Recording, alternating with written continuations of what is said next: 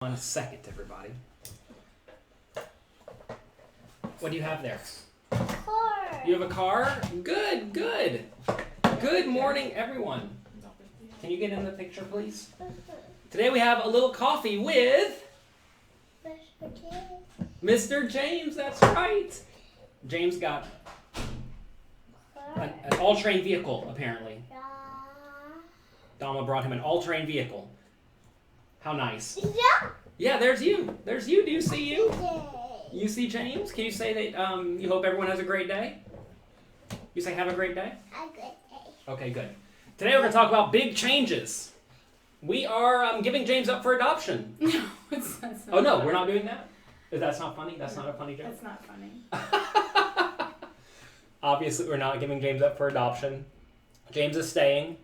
Sorry, everyone, for not being here Wednesday. James is going to nursery school, so we had to go for sort of an orientation. I'm not even in the picture.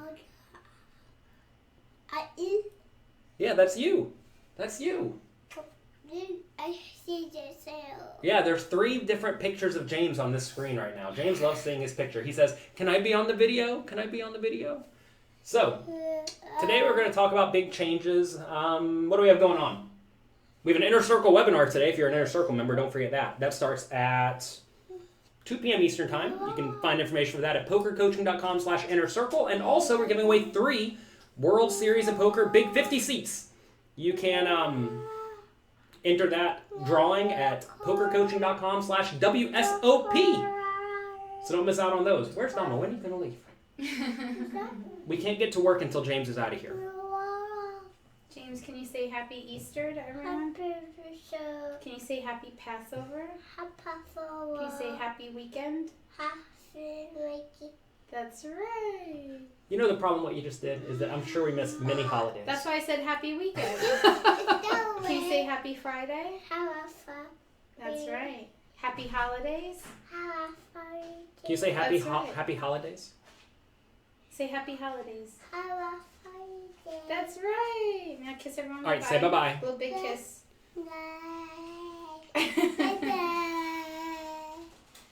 Can you blow a big kiss? That's right. That's right. All right, see you. Good luck. Good luck. Good luck on this talk. Okay. Oh, don't forget your toy. All right. That was 4 minutes of Mr. James for all of you to start your day. I hope you all enjoyed it. Do you play cash games? I certainly do. I play all the games I play. No Limit Hold'em, tournaments and cash games. Limit Hold'em, tournaments and cash games. Pot Limit Omaha, tournaments and cash games. And that's it. John, you aren't centered. I know, that's because we have a special guest here today. We have Amie Broder. You're my wife. Hello. So, Amie proposed this topic today. It is on making big changes. There are no big changes around here. We're going to keep doing what we do. Try to produce good content that helps you all out there improve your poker and your life.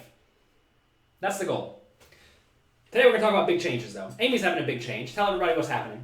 I gave notice at my job. What does giving notice means? I resigned and gave my 2 weeks notice. All right. That sounds like a big change to me. Yeah. So I'm no longer, well, I'll still be a lawyer, but I won't be a lawyer at a law firm. I am leaving big law, and I'm going to be a project manager at a legal tech startup that's developed software that's used by law firms and big companies and accounting firms and real estate firms to analyze contracts really quickly and efficiently and effectively, and to do diligence on deals really quickly and efficiently and effectively. So I'll still be doing work that's related to law, but not as a lawyer per se. It'll be more on the business side, managing the client relationships, onboarding new clients, demonstrating the product, talking about the product. So it'll be a really interesting business / client support role that I'm pretty excited about. So essentially you're going to work with robots.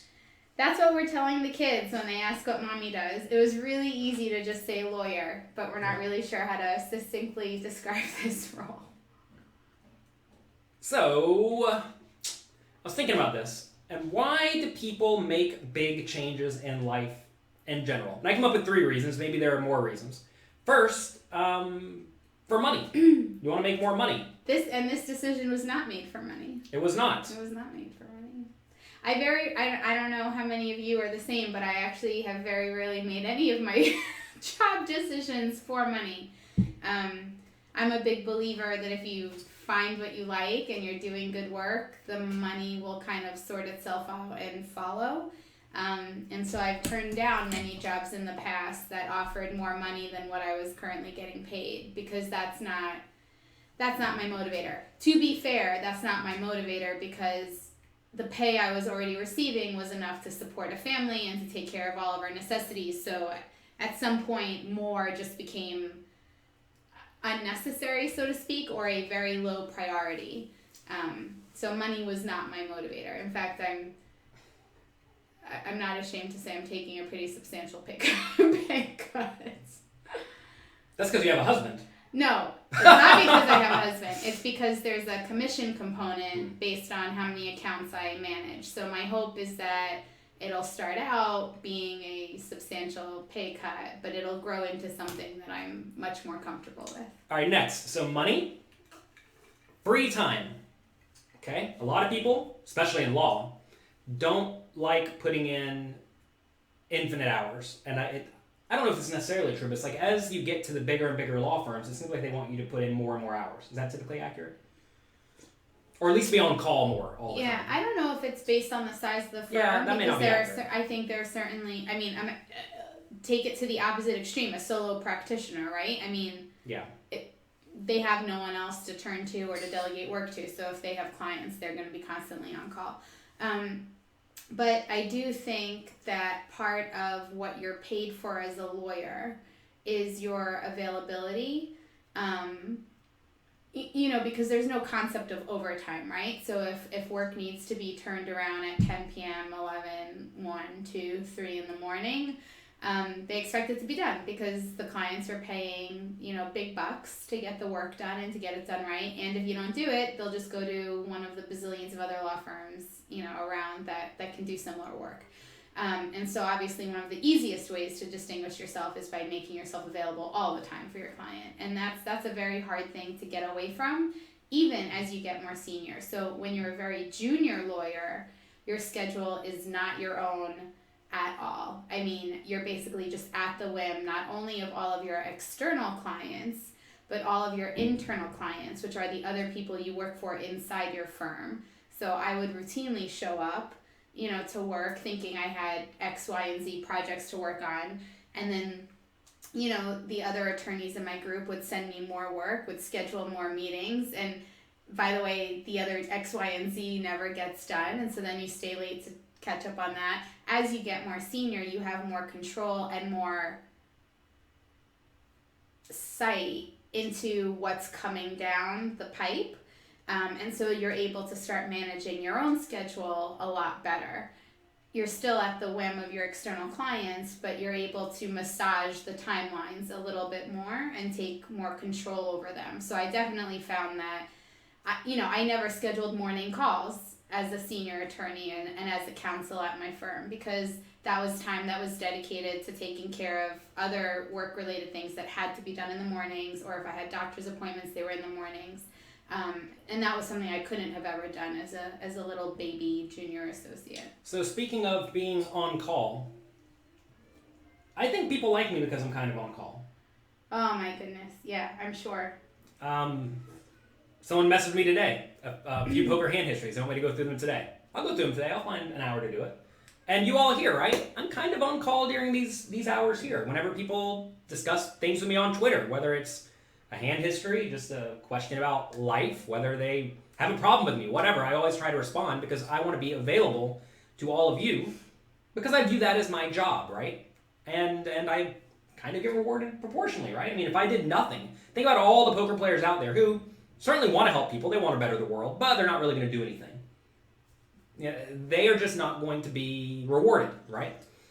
And I think you're very right about the on-call aspect of it is very, very important. That said, I'm sure there are plenty of lawyers out there who are on call and also don't make a lot of money, and That doesn't sound ideal at all. It also depends on the type of clients you have. I mean, like, you know, if you're, my clients are large companies, right? So they have, you know, so my clients are the tax people or some of the deal people at those clients. And they're answering to, you know, a CEO, a CFO who needs to get certain deals done on certain timelines by certain quarter ends. You know, there is a lot of pressure to keep things moving and churning.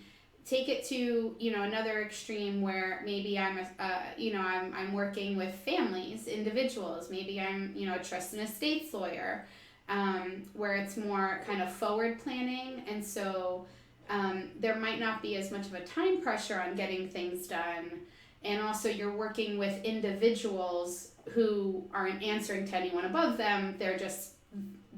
They're the end all and be all of the client. So if you don't work on Fridays or you take a week off and you just say to the family, by the way, I'm not available this week, you know, it might not be a big deal. So I think also the nature of the work that you do makes a huge difference. Looking back on it, I wonder if I should have gone into trust and estates planning. Although it's really, no, I think I went into the right field for me, because there's trust and estates planning isn't really what you think it is either. It's much bigger and broader and deals with a lot of broader structuring and family planning issues that so much about law has evolved and grown over time. Nothing is simple anymore. Stay focused. Stay focused. Yeah. Stay focused. I am. No tangents here. Okay. No tangents here. The whole point of the little coffee is that this is your space to go on as many tangents as you want. If you me to go on tangents as much as I want. Fine. No, you can go on tangents. It's fine. If you all like Amy's tangents, type 1 in the chat box. If you don't like them, type 2. I'll stay focused. All right. No, you don't have to. Maybe no, you're it's just too late. better. Too late. I'm focused. DP says that he thought lawyers didn't actually work all that much. DP? Not David Peter. It's the guy DP here Oh. in the chat. That lawyers didn't work much? We work all the time. Lawyers work all the time. I wish I knew the lawyers you knew. Yeah.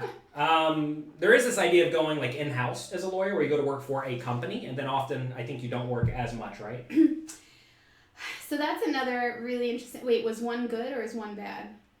Was one if you want? One means they want you to shut up. Oh no! No, I'm kidding. One is good. One is good. Everybody, no one type 2. You're all lovers out there. Yeah, there's this concept of going in-house, and so that's when lawyers go from working at a law firm to working at the internal legal department at a company, like one of their clients. They eventually move in-house to one of their clients. It used to be that was the dream, right? You put in your hours and your dues at a law firm, and then a client scoops you up. The hours are more 9 to 5. The pay is less, but you know, you just kind of keep on trucking along with one client and doing that type of work, and it can really be wonderful. That's not necessarily true either anymore. I mean, yes, going in-house overall in comparison to working at a law firm is generally viewed to be better in terms of work-life balance, but I work with so many clients in-house who are working crazy hours. Maybe not the same, like maybe my crazy hour to 2 a.m. is not the same as their crazy hours until 10 p.m. once a quarter or something, but it's not, there isn't that same size of discrepancy in terms of lifestyle, I think, as much. But yes, I mean, when I was considering leaving a law firm, one of the places I was looking was going in-house, because another law firm was just going to be another law firm. So I was, you know, I would have considered in-house if that had been an option. All right, so people leave for money.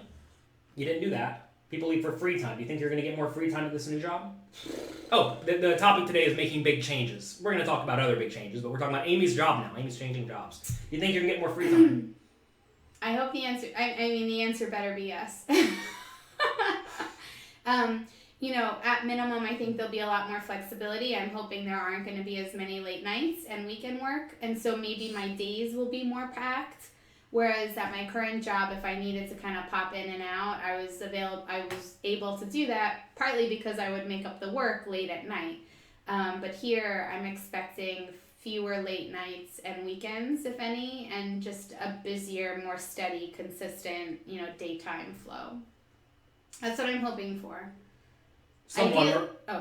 ideally when you take a pay cut, there should be some benefit, and so I'm hoping one of the benefits is the flexibility to my schedule. Someone, we're not going to say who, wants me to give a shout out to his friend Trapper, who's playing the main event this year. You love my poker materials. Good, I'm glad to hear it. Only one shout out allowed per stream.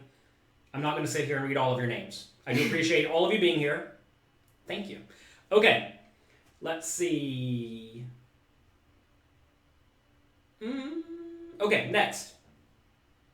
Happiness. You took a personality test a while ago that essentially did not recommend, or an aptitude test, right? Yeah. That essentially did not recommend anyone become a lawyer. Why? Why does it do that? You know, so when I was leaving my first firm, this was 8 years ago, I kind of went through this crisis. Should I really be a lawyer? Why am I unhappy? Am I unhappy because I'm a lawyer? Am I unhappy because of the firm I'm at? Am I unhappy, because I'm just unsettled otherwise in life, or what? And so I decided I would take an aptitude test. I don't remember how I came across it or what prompted me to find this organization. I think this was back Someone when must have told me. you were working at an even bigger law firm that she was working like really long hours, and she was like, oh, this is just ridiculous. So then she went to a law firm that was known to have better life balance. So in that process, I think that's when you took this test. Yeah, so I took that test, and the philosophy behind the aptitude testing was that if you find a job that correlates with your natural aptitudes, you are more likely to be happy in your work. So you take this aptitude test, and based on your aptitudes, they give you a suggested list of different careers, and so I took the test. It was about 2.5 days of testing. 2.5 days. Yeah. Not minutes or I think hours like poker players. I think it was like 2 days of testing, and then the last day was mostly getting my results back and like meeting with the person who analyzed my results. And so they gave me a list of careers, and on that list lawyer was not included on that list. And when I asked why, they said, well, actually, your aptitudes correlate very highly with the skills required to be a lawyer. But we have found that happiness correlation does not really hold true for people who become lawyers. So we don't put it on the list for anyone.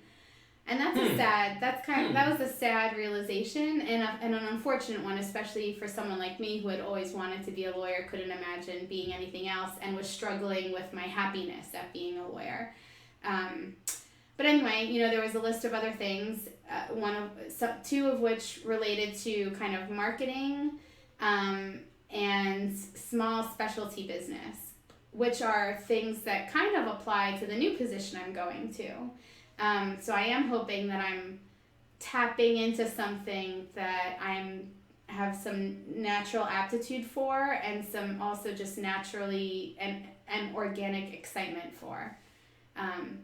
I didn't learn from that first lesson. Well, maybe I did or didn't, but I still stayed a lawyer after taking that test because I thought to myself, maybe it's the firm and the style of firm I'm at. I really should give this a chance somewhere else. And I ended up at my second firm for 8 years, so twice as long as at my first firm. So I wouldn't say it was a mistake by any means, and I think I was happy enough for quite some time. But over the last few years, I think I've just been struggling with what I want to be when I grow up. If someone's considering taking this test, would you recommend it? Is it worth it? Because it's not cheap, right? How much is it? I forget at the time. It might have been it was several $100. It wasn't cheap. Well, I don't know if that's cheap to some people, but it wasn't cheap to me at the time. Was it worth it? I think so. I think it really was worth it. I think, I think people know themselves better than they realize, and I think I had always thought things about myself but didn't know if they were really true or not. Is that just my anxiety talking? Is that my insecurity talking?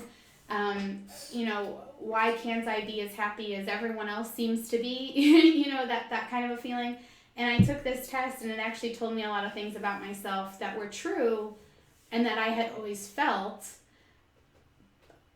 but that I didn't hook into the way that and own the way that I think I should have. For example, this is a really silly example, but it's something that I remember from the meeting that I had. I don't remember a lot of stuff that happened during my results day, but I did a lot of these word association tests, and you would almost call them like personality type tests, but these word association games, these picture finding games, you know, and they told me that based on how I was answering the questions in those tests, they could tell that I was someone who took things very personally.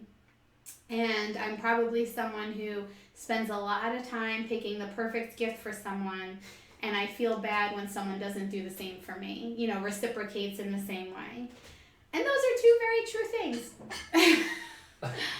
And those are two very true things. I take things personally, and I really do feel like I spend a lot of time trying to find good gifts for people or for John or whatever. I mean, John and I have given up on giving each other gifts for a long time now, and I feel bad when someone gives me something that I feel like didn't take as much thought or planning. But it was something that they knew by how I did word association. I mean, it was just so bizarre. So it was an aptitude test, but also almost like seeing a psychic who just knew everything about me. So regardless of the career stuff I learned at that meeting, just knowing that that was actually a part of me and a part of my personality that I couldn't hide, that naturally came through in the way I was answering these questions that were given to me, that meant that really had a great impact on me. And it meant it was also something I needed to work on, because I think sometimes because I take things so personally, it ends up clouding some of my friendships with people, because I end up projecting onto them my frustrations with things that I tend to take too personally. Okay. Robert says he practiced law 15 years, never liked it. Someone else says, thank you for doing this talk. He's a lawyer in big law as well, and may or may not be having some of these same thoughts, right? Do you think the majority of lawyers have these thoughts? I do think that there are a lot of lawyers out there who are very happy doing what they're doing, and they've found what they want to do. What percentage? I don't know. I'm not going to guess. This is a numbers group here. I'm not going to guess. Have you taken the Myers-Briggs personality test? No. I'm INTJ. A lot of poker players are, who are very good, and we like numbers. Okay, sorry. I'm not even gonna take a guess. It's very important to make sure you know your audience. I think there's also a lot of people out there who are lawyers who accept the fact that they're doing it for the money, even though they find the work to be frustrating and more demanding on their time than they otherwise would like. And I'm not taking guesses at either of these things. I've spoken to lawyers who have specifically told me, no, I'm actually quite happy doing what I'm doing. This is what I want to do. And I've spoken to lawyers who have said, I do this because of the money. You know, it's a job and pays quite well, and that's why I do it. So I do think that there are people who do it who will keep on trucking and keep on doing what they're doing for their entire careers and probably never make a change and be fine with that. But I do think there is a not insubstantial chunk of lawyers who feel like there maybe should be something else they should be doing, but don't know what that is or how to do it, because they've invested so much time in thinking of their life into becoming a lawyer and doing it. And it does pay well, and it is steady work. I mean, people will always be hiring lawyers. And so I think it is something that some people just don't think through to completion, and they just take comfort in just staying and doing what they're doing. And that was me for many, many, many years. But there are only so many times you can come home frustrated and crying, or going into work, you know, starting your day frustrated and crying, before you realize just something has to give. Something has to give, and you have to take a chance. Jason Cooper, one of our top fans here, says that he is ENFJ. Jason and I could not be much different. But I'm glad you're here and enjoying yourself. Have you thought about going into politics or the judicial system or something like this? Someone asked that? Yeah. Politics? No. I would never want to go into politics. I would just never want anyone coming through my family life or personal life or answer. I just, no interest. Happy to advise on politics from, in the background maybe or something, but even that, I never really thought about going into politics. Not really interested. Okay. So do you think this new job is going to make... the judicial system was another question. I did used to think that I would become a judge when I was younger. In fact, I wrote... That's arrogance. I wrote one of my college application essays on becoming a Supreme Court justice. But that's obviously not going to happen. You think it's like impossible at this point? I would do like a Judge Judy situation, or you know what I would do? A lot of lawyers become like mediators or arbitrators. I might look into that actually, because I think that could be really interesting work. You think you're a reasonable human? I think I try to be. And I think she is too. Have I ever smoked weed before a tournament? One time it went very poorly. I don't really smoke weed. It's a bad idea. Can I please follow you on Instagram? Probably not, because I'm in the middle of this right now. Judge Judy is paid. Yeah, Judge Judy gets paid well. Thanks, says your girlfriend is a lawyer. 8 months now, very, very unhappy. You know, the law firms are also kind of set up where a lot of people get pushed out, right? Like the vast majority of people get pushed out within 5 or 10 years. Yeah. To where there's like almost all gone, because to be a partner, they only accept some small number of partners. And I wonder if they try to make it quote unquote miserable, so they really find the very specific type of people they are looking for. Or what's the deal? I think you're phrasing it incorrectly. Okay.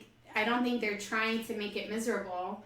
I think they're trying, they want to make sure that people go through the same challenges that the other partners who have made partner have gone through. So that's not making it miserable. They want to see, in order to be an owner, you got to act like an owner, right? And partners are owners of their company, of their law firms.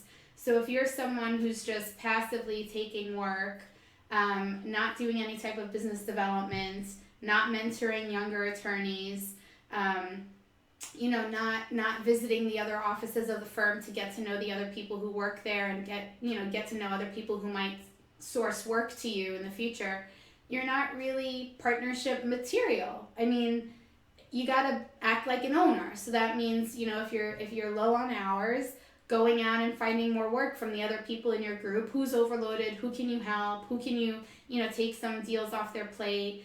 What conferences can you go and speak to? That's what they want to see.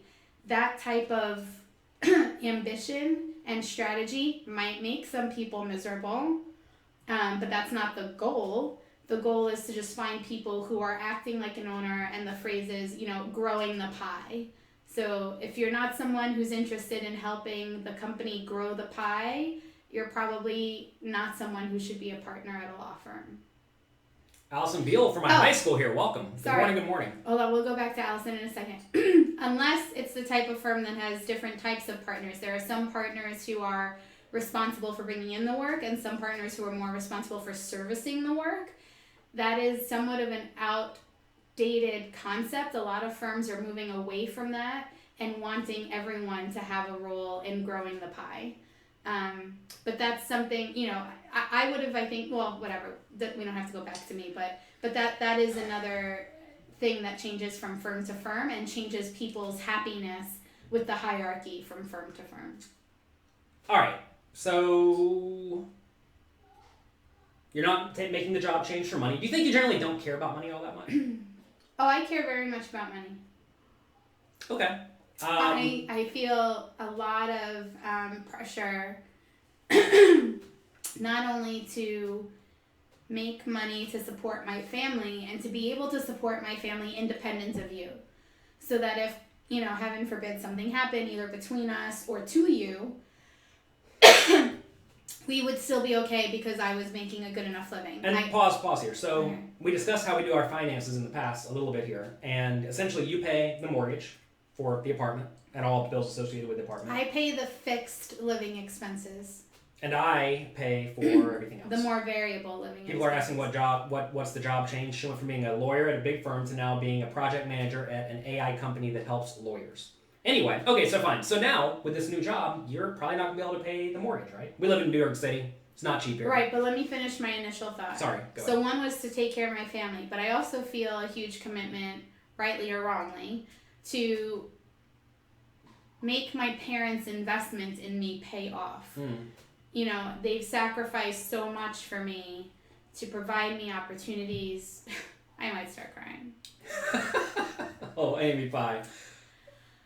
They've sacrificed a lot, you know, and allowed me the freedom to go to the best schools that I could get into and not worry about, you know, paying for, I mean, I have student loans, but they helped me with those student loans so that I could have the most opportunities possible. So I also felt a huge commitment to my parents to continue my trajectory upward in terms of how much I make and, you know, my titles and my roles at the companies I'm at. And so I also struggled very much with kind of going backwards a bit because I felt like, at least on paper, it looked like maybe I was doing a disservice to the efforts that my parents put into me. And what I had to realize, well, two things. One is that my parents love me and are just want me to be happy. They also know I'm not someone who's willy-nilly quitting and just going off doing something without a plan. You know, I'm actively trying to find something that I would enjoy. But that also, sometimes you do need to take a step backwards in order to then look at the scene from, you know, a broader perspective and get a sense of what the right path is to go forward. And so the goal is that I take a step backwards slightly, and it'll help me really find a passion and something that I just really want to do full time and that I will be quite successful at. And I, you know, but also I think I don't always give credit to how wonderful of a relationship I have with my parents. We're very close, and, you know, and I think I carry too much guilt on that topic for too long, and I shouldn't have. People are saying that you're a Jim, and I'm a lucky guy to have you. So I asked Amie the question about if she cares about the money. Leave that there, because take a look what Amie's doing right down here. This is her cup holder. I don't know if you can see this. There's a $20 bill. A literal $20 bill is Amie's cup holder today. That is my coaster. That's her coaster. She decided to use a $20 bill as her coaster this fine morning. John doesn't keep paper on his desk. The only paper on his desk. I have a literal notepad right here. No, but you know the problem with the notepad? Let me tell you the problem with the notepad. I hate the idea of peeling off the top to then get to the paper below, because you never end up being able to stick it in the same place, and it never keeps the same stickiness. So because I care too much about Jonathan's work and his notes, I took the only other piece of paper I could find on the table, which was a $20 bill. So unfortunately, that is now absorbing the water from my ice cup. It's not because I don't care about money. It's because I knew this would eventually dry and be just fine to use as currency. So you think this paper is worth more than $20? That's very nice. It's I probably know. True. John, you know I would not appreciate you putting John it on cares the about his work very much. He doesn't like anyone interfering with his work. If he came back and this ink was all bled through because my water had condensated and dripped onto it, I would never have heard the end of it. He'd be like, Amie, I take notes for a reason. Now I'm totally unfocused for the little coffee. People tune into this. They care. I need to be prepared. Oh, goodness. All right, so you're not doing it for money. You probably are doing it for free time. You think you're going to be happier. At least you perceive you're going to be happier, and you're going to try, right? You I may at not least be. perceive that I'm going to be now learning about an entirely new field that's still related to law, but totally different. That's more on the business side, which is something I was always interested in. And I also think I'm going to end up meeting some really interesting people in this space. I mean, the use of AI in our work and including in the legal industry is, I feel like if I don't learn about it, I'm really going to be behind the ball when it really starts infiltrating everyone's work from, on a day-to-day basis. All right. Kevin S., who's here very often as well, he mentioned one other thing I did not necessarily think of. He mentioned opportunities, right? And I think this is a job that will... It's not going to look bad on your resume to say, I quit my job at a law firm, went to work at an AI company in the law space, and then if you just hate it for some reason, if you try to go back to law, they're not going to think, oh, that's bad that you now have this experience working in something that very easily could be a big impact on the legal world. So this is it's going to give you potential opportunities, right? Yeah, that was another concern with leaving law is, well, gee, what if I fall flat on my face? How will I ever come back? Two responses to that I had in this dialogue in my head. One is, why would you ever want to come back? You're not happy. Why would you want to come back? But two, well, gee, maybe there's something that can be kind of related, and so it doesn't look as bad. I ended ended up not thinking too hard about either of those issues. I think the goal was to just find something that jumped out as interesting to me. And when I found this particular position, let me actually back up for a second. I think you've heard John talk a lot about finding your passion in life. And John would always ask me for years, since we started dating, so almost 10 years ago, what is your passion? And I would cry and I would say, I don't know. I have no passion. I have no hobbies. I have no idea what I'm interested in. And that's sad. And that's sad and frustrating, especially when you're trying to think of a change in career, because you have no concept in your head of what you might want to jump to. When I saw this particular posting and what this company was doing, it was the first time I thought to myself, holy cow, I can do this. This could be really cool. And so when you have that kind of a reaction to something, you can't not pursue it. I mean, you can't. You just can't leave something like that alone. Well, good. So, not going to make more money, but you may have more free time, you think you'll be happier, and you'll have opportunities. That's great. Seems like a reasonable change, right? I hope so. All right. So, I think you need to consider those things if you are going to be making any big changes in your life as well. Something else. I thought Amy's change, by the way, would take like 5 minutes to discuss. It took 37, so we may not get to all my topics today. Today's actually a light day, you see, but one of them took 37 minutes. So, next, you need to have a backup plan. Or at least, failing should not just, ruin your life. And to be fair, listen, any of you who are watching here today, it's not going to ruin your life if you try something and fail for the most part. Unless you invest all your money in it, then maybe that can be pretty bad, but even then, you'll probably be fine. Because you have a smartphone, and on your smartphone, you can do kind of whatever you want. So anyway, sounds like you have a backup plan, right? What is your backup plan? I mean, my backup plan will probably be to go back to what I'm doing, having learned what I've learned in in my new field, but, going back. I mean, I was good at what I did, and there were many moments that I enjoyed, and the client relationships I really enjoyed. I had an itch or like a gut feeling that there was something else I might just be meant to do. So if it didn't work out, I'd either find something along a similar path or whatever, or I might just find my way back into law. I don't know. I'm trying to not think of it that way because I feel like if I'm always thinking of my backup plan, it doesn't really allow me to invest myself in what I'm currently doing, which is why when we had all these conversations over the years about what else would you want to do? I didn't want to talk about it because I wanted to just focus on work, and then when I got home, I wanted to enjoy my home time with you and the kids. Card Player Life, very good impact in the poker world, says that his wife's a lawyer also, and remind him of us. Well, good. I guess that's good. I hope that's a compliment. I hope that's a compliment. We'll see. So, in my mind, the worst thing that could happen to us is, I guess you could die or something. But assuming nothing like that happens, assuming your job goes horribly and you can't find another law firm job, if my business sustains, I'll be able to pay all the bills. If my business does not sustain, because you all just decide that I don't know what I'm talking about tomorrow or whatever, the internet dies, whatever it is, you can always move in with your parents. It's not ideal.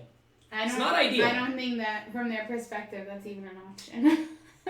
I bet if we were out on the streets with our children. Yes, obviously. Because we could not pay the bills. Yes, obviously they would. We have that backup plan. Yeah, obviously. And if you get rid of this gigantic apartment expense we have, that'd be that. Also, we have a decent amount of equity in the apartment. We could sell the apartment, move to Vegas, and be rich. But Amy's not. She's not leaving from her parents. That's why we're here. Okay, what do I think about Dan Legrand playing a lot of small tournaments to try to win Player of the Year? Why not? Do whatever you want to do. Do I think short deck no limit hold'em is going to take over no limit hold'em in the future? Absolutely not. Maybe I'll be wrong. Probably won't be wrong, but maybe. Okay. I made a big change a long time ago, but what? I feel like we've gone through your list of everything. You made such a big deal about the fact that we weren't going to have time for your agenda. Oh, we didn't talk about me at all. Well, you're about to. You just said, I'm about to. I made a big change. I have to go quick, though. Card Player Life says they've been married 16 and a half years, so we have at least 16 and a half years coming to us. I like it. I feel like I've been with you for about 100 years already. This summer we will be married for 4, together for 9.5. So, a long time ago when I was a kid, I was going to college. I had a scholarship, and I decided to give up my scholarship, or if I wanted to give up my scholarship, to play poker full time. Obviously, I could have played poker part time, but way back then, as a young person, I already had a backup plan, and I already thought about this, right? A lot of people quit their jobs or quit whatever they're doing in life very fast to get into poker or anything that is high risk. It's important to realize that most people doing anything on their own, a solopreneur like a poker player kind of is, a lot of them fail. Just because it's really hard to do anything long term. And to be consistent in poker takes a lot of dedication. And a lot of people just don't want to do that. So, even back then, I had a backup plan. If I had about $60,000 to my name, I was going to set aside $30,000 of it in case I lost, and then I'd go back to school. That was my backup plan back then. It never came to that. What's that face for? I remember when we first started dating, I was really stuck on the fact that you hadn't graduated college. Oh, yeah? We were living close to Baruch College at the time. Yeah, right next door. And you were doing nothing during the day. We had bought a Wii because you were doing nothing during the day. This is before I got inspired to help all of you. And I was begging you to take classes at Baruch and finish your college degree, so that at minimum I didn't have to keep explaining to people that you were a college dropout. Yep. But that's my own. That was my own issue. My own. Frustrations and short-sightedness. A lot of people have. Well, it's not necessarily short-sightedness. That's a thing a lot of people want to achieve themselves, and they want their significant other to achieve. It's like a prerequisite. You don't remember? I'd be like, I do remember. Don't you want to take classes during the day, or don't you want to audit something? And to be fair, my excuse was I travel 2 weeks a month. I can't go to school if I'm traveling 2 weeks a month. I did actually heavily consider doing online classes for a while, but eventually I lost almost all my money because I wasn't playing as much poker, and I decided I'd need to figure out something else to make income. So I used my resources, right? Again, you asked your backup plan. Use your resources. Look, we've shamed Amie into not using the $20 bill anymore. She just removed the coaster from under my cup. I soaked through it, so it's no longer helping to protect the table. I had a backup plan, right? I knew I had resources in my head. I mean, to be fair, I didn't get into this because it was a backup plan, but it was beneficial. When's our anniversary? I don't know. I think it's August 1st, 2015. Did I get it? Yep. Wow, genius. I'm going to forget it for sure by the time it actually comes. He will. So, even back then, like my parachute was there. So, when should you take a risk when you don't have a parachute? Let's say you're a single mom with 2 kids. Let's say your husband died or something. So, all right, I don't want to play with these hypotheticals. I don't think it makes sense to do that. Well, because we don't know anyone's situation. Of we don't know course. anyone's circumstances. I don't want to start saying what single moms should be No. doing with their lives. I think you just have to weigh everything for yourself. Are you happy? The things you've already said. Am I able to take care of myself and my family? Can I still do that if I make a change? What are the benefits to making a change? Am I not making a change because I'm scared? Because that's not always a good reason to not make a change, and just weigh everything. But really sometimes I also think it just comes down to when you find that opportunity, you might be struggling with the decision because you just haven't found anything yet that sparks that interest in you. I think when you find something, it makes it much easier to make that jump. And I think, same thing with me. For many years, I refused to make a change. I refused to leave my firm. John would even say, why don't you leave and just take some time off and figure out what you want to do? And I, didn't want to do that because I didn't see an end in sight to that type of a plan. But when you find something that sparks your interest and that sparks some, excitement in you, then you start to see, this is something I could be going towards. And then you have to weigh the pros and cons. So, all of this presumes your current situation did not get worse. What if you just got laid off, right? Say you just got fired instead of opting to leave. Or say you're working at a job and the industry just dies and your industry goes away. I mean, we see now like self-driving cars, right? People think this is not going to be so good for truck drivers because that's going to all be automated. So what do all of these people do when they are forced to make a change. Like, they don't have the opportunity to just keep doing what they're doing and do fine. Maybe not be happy, but be fine. What is the answer there? Amy's not prepared for this question. No, I'm trying to figure out what's the difference between that question and what we've already been talking about for 45 minutes. Well, the difference is they have to make a decision quickly. Well, they don't, but if... And they have to make a decision. Yes, there are obviously people every day who are laid off without any kind of notice or, heads up, who then have to say, gee, well, what do I do now? So yeah, I mean, for those people, it becomes a lot harder of a decision. I had the benefit of being able to take my time to find something, or not even to find, but for something to either, come to me through an email or whatever. Well, you weren't even looking. It just kind of fell in your lap. Right. And so, obviously that's not everyone's situation. And so if you're someone who's laid off and you don't have the benefit of time, you may just quickly look for a similar job. Whatever you can most quickly get based on your current qualifications, that's what you're probably going to gravitate towards. If you have the benefit of time because you're able to take some time off, then you may think to yourself, well, are there any additional qualifications I should get to make myself available for the next level at my job if certain things are starting to become outsourced or automated, or, contacting recruiters. I mean, I'm not sure the point of your question because that's not a fair question. Yes, obviously if you're laid off and you don't have any other options and you have a family support, you take whatever job is available to you so that you can continue supporting yourself and your family. Sometimes your happiness takes a back seat because there's something more urgent that needs to be taken care of. That is what I was trying to get at, is that sometimes your happiness has to take a back seat. I know I'm glad I eventually got there for you. I knew you would if you just kept going. Some people of these things, money, happiness, free time, opportunities, they really focus on happiness. Like poker players especially. They play poker and make less money playing poker than they could doing something else because they really value happiness. Mm. So, what if you start losing at poker and your win rate diminishes, right? Like, what do you do then? What if the game just gets tougher? What if they increase the rake in your local casino to where now you're winning way less money? What if the games dry up, right? Whatever. What if the casino closes? Anything like that. You have to understand that you're going to have to use your skills and your resources to figure out a way to get by and not just dwindle away into nothing, right? And I think that's something a lot of poker players do have to sometimes face, especially if they're not actually having a high win rate. I mean, a lot of people, they want to talk about when things are great and when everyone's winning and whatnot, but sometimes it's going to be tough. And many, many poker players have dwindled away and became sad, depressed, etc., and then that's not what you want. So you have to understand when your current situation is dwindling down and not be afraid to use all of your free time to find a new skill. Because I know, I can't do much besides play poker. And use your free time to find a new skill and then figure out a way to monetize that skill, whatever it is.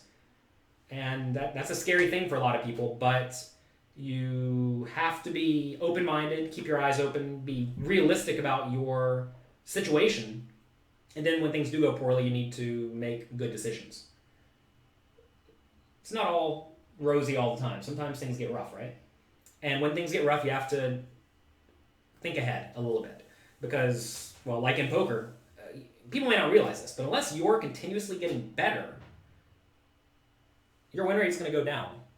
And if your win rate goes down, that's a big problem. So in most jobs, you get a raise every few years or every year to keep up with inflation at least. So you're going to make roughly the same amount of money.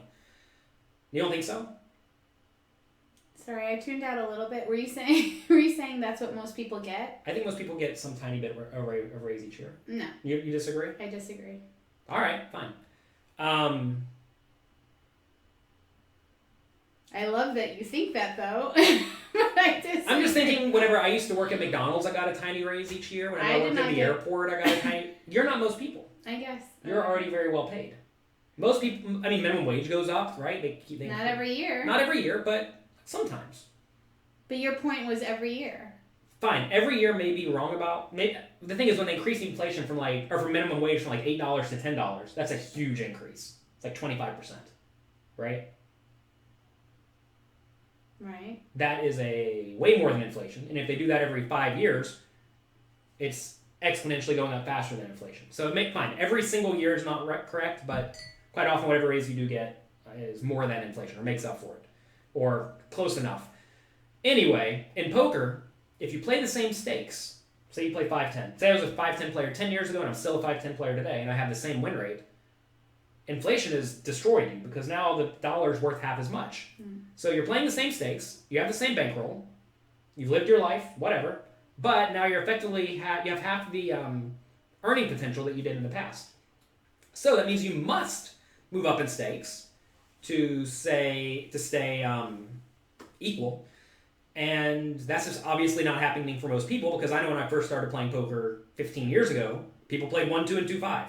That was the main thing they played. Now today, they still all play 1-2 and 2-5, which means they have not moved up, right? Are you zoning out on me? No, I'm reading the comments. I don't think people get raises every year. Okay, fine. That could be wrong. Maybe I was just a good worker and I got a raise every time a raise was available. I don't know. Or maybe when your pay is so low to begin with, there's more upward mobility in terms of your salary. But You may not know I think this. for a lot of people, it doesn't happen. Most people get paid relatively little at their jobs.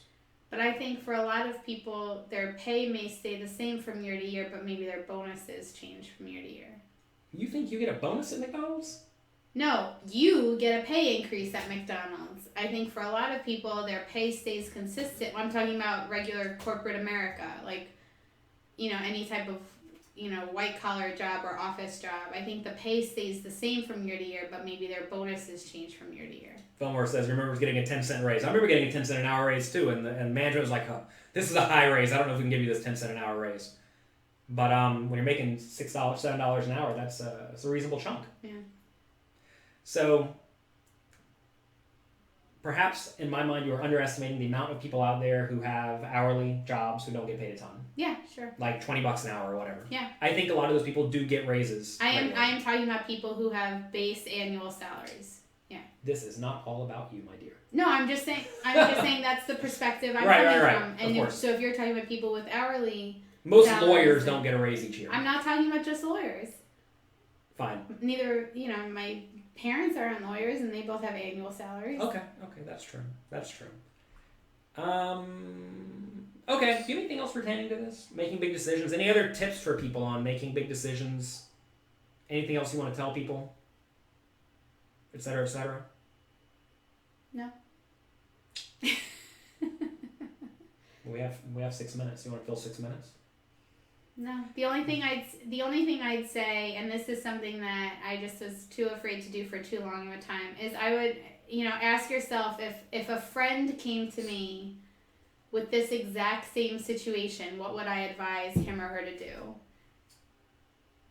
And that will often give you the answer you're looking for in deciding whether or not to make a change. I think it's very hard. I think it's much easier for people to give advice to the people they love than to take their own advice.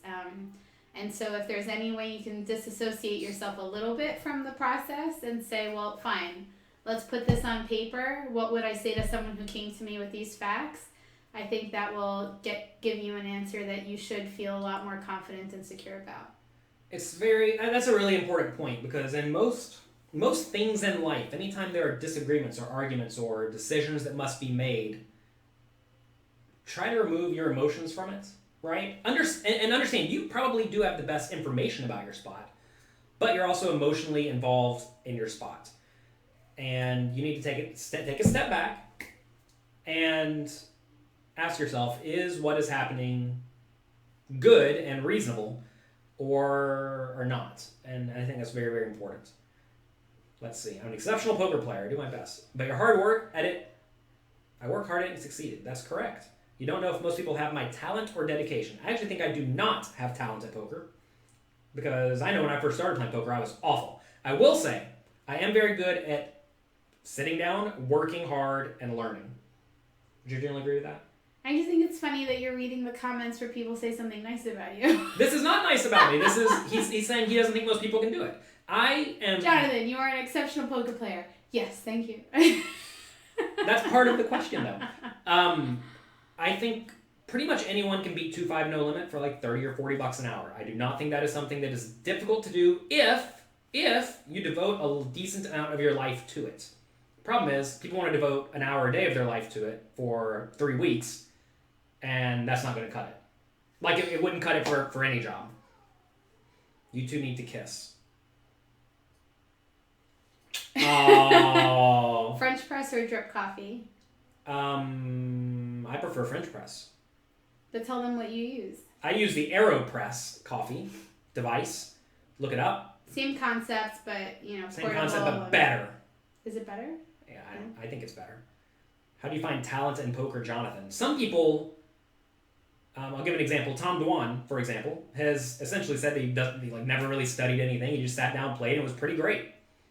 And that's because he was naturally good at learning in-game, and also his natural strategy was to be aggressive. Now, I may be making this up, essentially, but there are people out, like imagine there are 100 different default strategies you could start with, but there's 1 or 2 that are close to very, very good poker.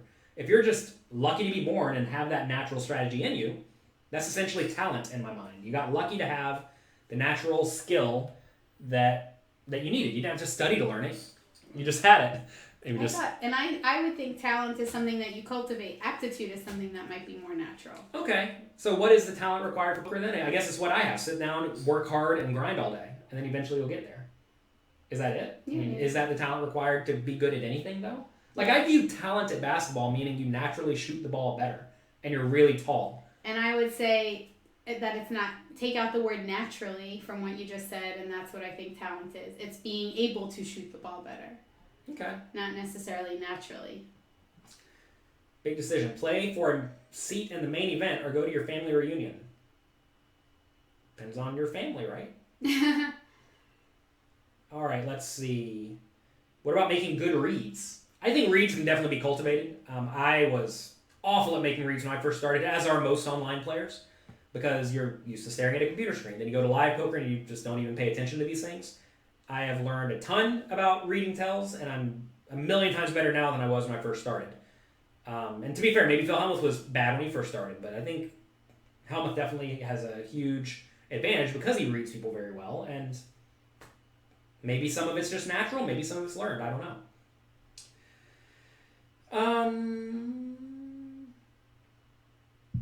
Anyway, I don't exactly know what talent means. I never viewed myself as a talented poker player. I viewed myself as a hard-working poker player, and I think those things are different. But to be fair, maybe the talent you need to get good at poker is the ability to sit all day, work hard studying, and be very, very happy with that. Maybe the talent is being able to lose for a month at a time in tournaments and keep doing your absolute best, right? Like, I don't exactly know. Obviously, grit is very important, the idea that you can just get beat up and just keep doing it over and over again because you know you're plus EV, you've done the math, and you know what you're doing is right, but you're getting lackluster results. I think that's something that is relatively difficult to teach, but I do think a lot of people can learn it. If you talk about tanking, go fast. All right, I think that's about it. Talent is 90% work and 10% luck. Well, then I guess it's all about the work. You were worried about us not going through your list, and we have plenty of time left over. Do you know who did the talking for the last 6 minutes? Do you know who you owe an apology to? I'm sorry, Amy. And You're right. I'm sorry I did so much talking. It's very important to be able to apologize when you're wrong. I go back to work next Wednesday, though, so my time on a little coffee is ending. I might be here on Monday. Maybe, maybe not. So basically, the show is going to fail on Friday. Starting next Friday, the show is over. No, Wednesday. Wednesday, you're going to be here. Oh, no, Wednesday, you're not. Wednesday, I'm at work. I can't even listen. I go back to work. I just got so flustered that I'm not going to have a co-host. I'm not going to know what to do with the camera centered on me. For a whole hour. For a whole hour. Any help building a bankroll? Read jonathanlittlepoker.com/bankroll. That's going to be it. Have a great day. Enjoy yourselves. Be nice to someone. Weekend. Don't cause strife. Cause happiness. And good work. Have fun. Good luck. Run hot on your weekend.